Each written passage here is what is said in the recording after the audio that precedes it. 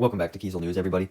Before we officially begin, I would like to state a bit of a change that may be coming to Kiesel News, which is that I'll probably cover stories in a bit more of a faster manner overall, as opposed to like stretching out my thoughts longer than need be, as I felt that I've been doing recently. So if there's a story that comes out that I just think is like pretty mildly interesting, I'm just gonna mention it quickly, and that'll mean that I'll only upload Kiesel News when they're of a relatively longer length. So basically what I'll do is I might combine multiple days worth of news into one, and then you may just see more shorts or shorter form content from me in addition to Kiesel News. Or what I'll do is I'll upload a shorter Kiesel News and then a short of some kind in addition to that. I'll see what I end up doing. But this, for example, I don't have much to say, just the fact that Spider-Man Noir could be 8 episodes. And I think that it is certainly a suitable enough length to tell a good Spider-Man Noir story. I also appreciate the pop art mashup angle that it's going for, like he says. I assume that means that it's not really going to be like focused on super like violent or action-y elements, and it's going to be more kind of calm and classical, and I think that also fits the noir tone.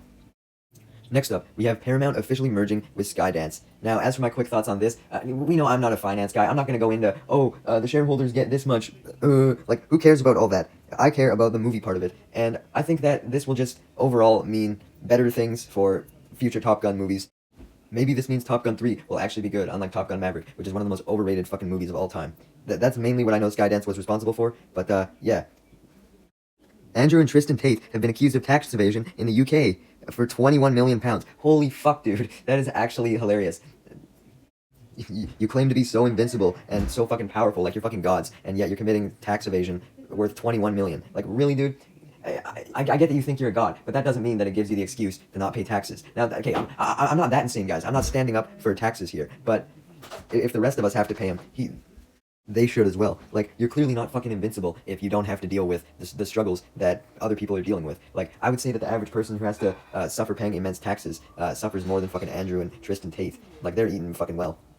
Next up, we have apparently that houses that Mrbeast built in El Salvador are up for sale. I don't understand why people would be getting mad at this, at least judging from the initial readings I've done, as them being up for sale. The money still stays in El Salvador, does it not?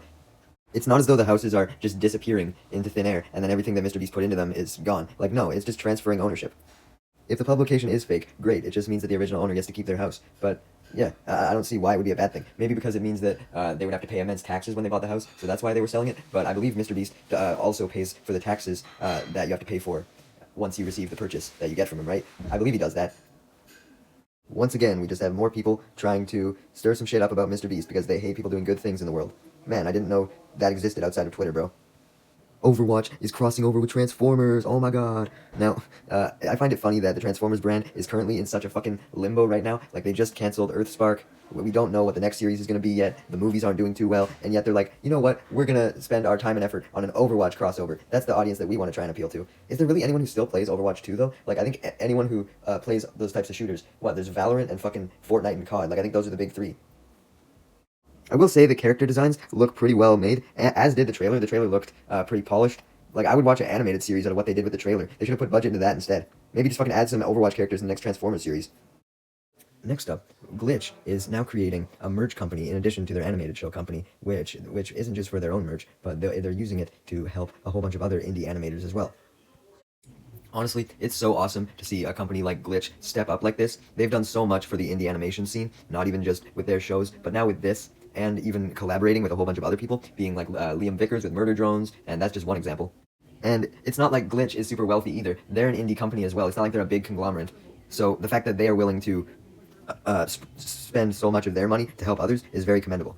Also, I'd like to point out how they state that 80% of the funding of their shows comes from merch. I think that just shows how little overall YouTube pays you.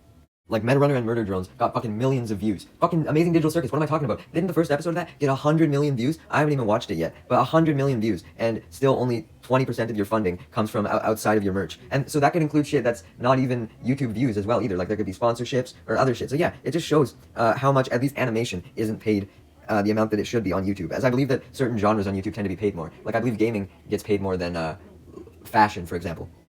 Next up, we have Mrbeast saying he'll run for president of the US if the age requirement is lowered. Now, this isn't new news. I've seen people acting like it's new, but he stated this on multiple occasions. But I definitely do think that he would be a good president.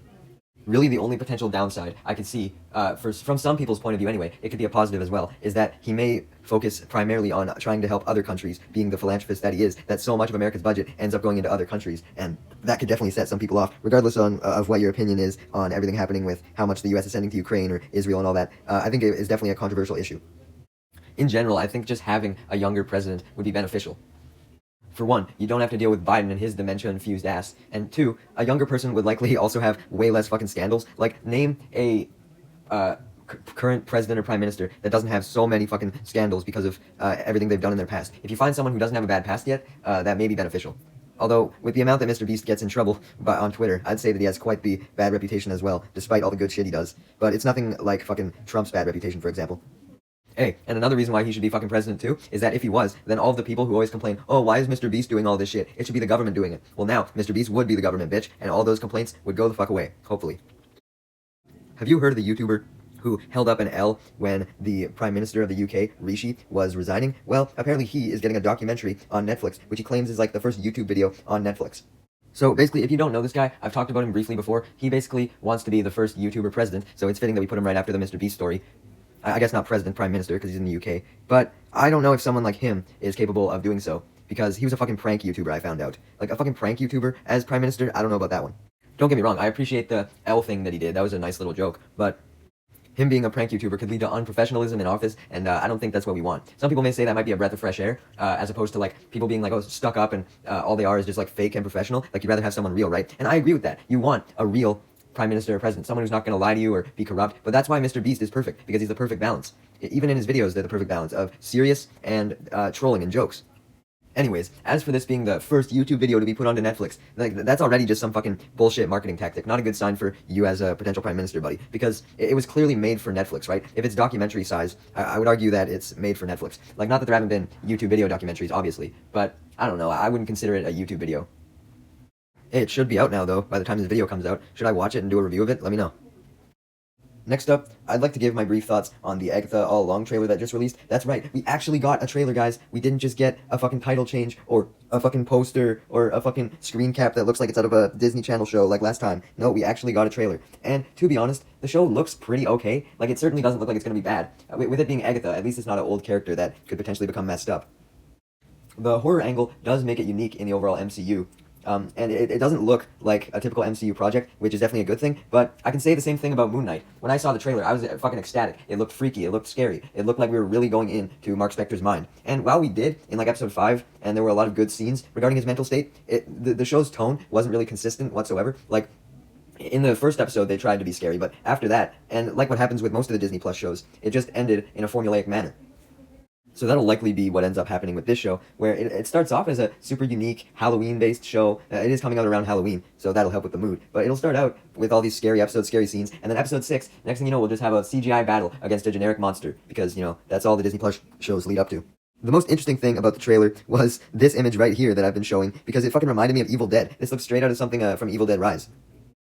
Now to end today off, I have 3 brief little film stories for you. The first being that Inside Out 2 has officially become Pixar's highest grossing fucking film. Now, I don't have a lot to say about this, as I've covered essentially all of this film's major milestones at the box office, but I just want to once again quickly state how fucking wild this is. Now, it was already wild to me that Incredibles 2 was the #1 highest grossing Pixar film. Like, I could have sworn it would be something like Toy Story, right? But no, now Inside Out 2 is the highest grossing Pixar film? How? That's not to shit on Inside Out 2. I'm sure it's a fine movie. But, like, you're telling me that Toy Story doesn't have a higher gross than this. And what's especially crazy is that everyone claims that, including me, that theaters are dying out, and people are only going to, like, super event movies. And I wouldn't consider Inside Out 2 an event movie, personally. So the fact that it's making this much money is fucking nuts.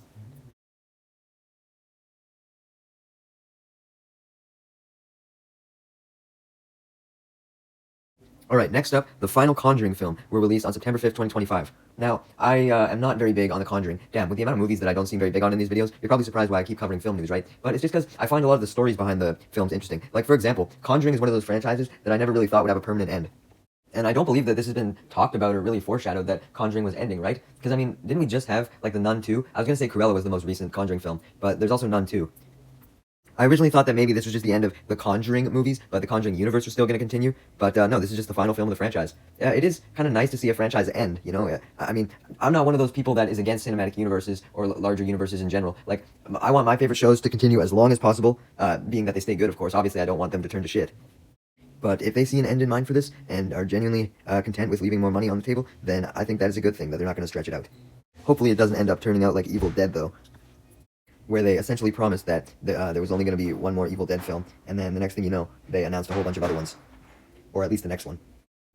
Lastly, to end today off, we have news of Sam Raimi's next horror film titled Send Help. Now, it actually seems better than Agatha. I'm more interested in this as a horror thing than Agatha. I wish it would come out this year to give me something to go see for Halloween, but it's described as a thriller set on an island, like a horror version of Castaway. Now, initially, when I hear thriller set on an island, I think of those movies with, like, island hotels, where the hotels have, like, creepy secrets, or creepy people involved, or you encounter creepy tourists. But with this being a horror version of Castaway, that implies that there'll likely only be one major actor for most of the film, and he'll be on his own.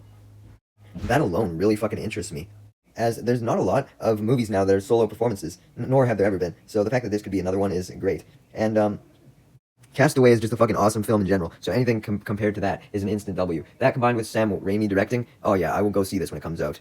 Once again, I hope it comes out this year, but probably not if it just got announced now. Probably next year, especially since we're getting close to Halloween, actually. So, yeah, 2026 or 2025. But yeah, that kind of makes me want to talk about how there's not really many Halloween movies that come out anymore, I find. Like, yeah, you get your yearly horror movies, like what we have Smile 2 coming out, all that shit, but nothing that really screams Halloween to me, you know? So, I don't know, hopefully this will. I'd like to be able to go to the theater for Halloween. I was able to last year with the FNAF movie, but that's the exception there.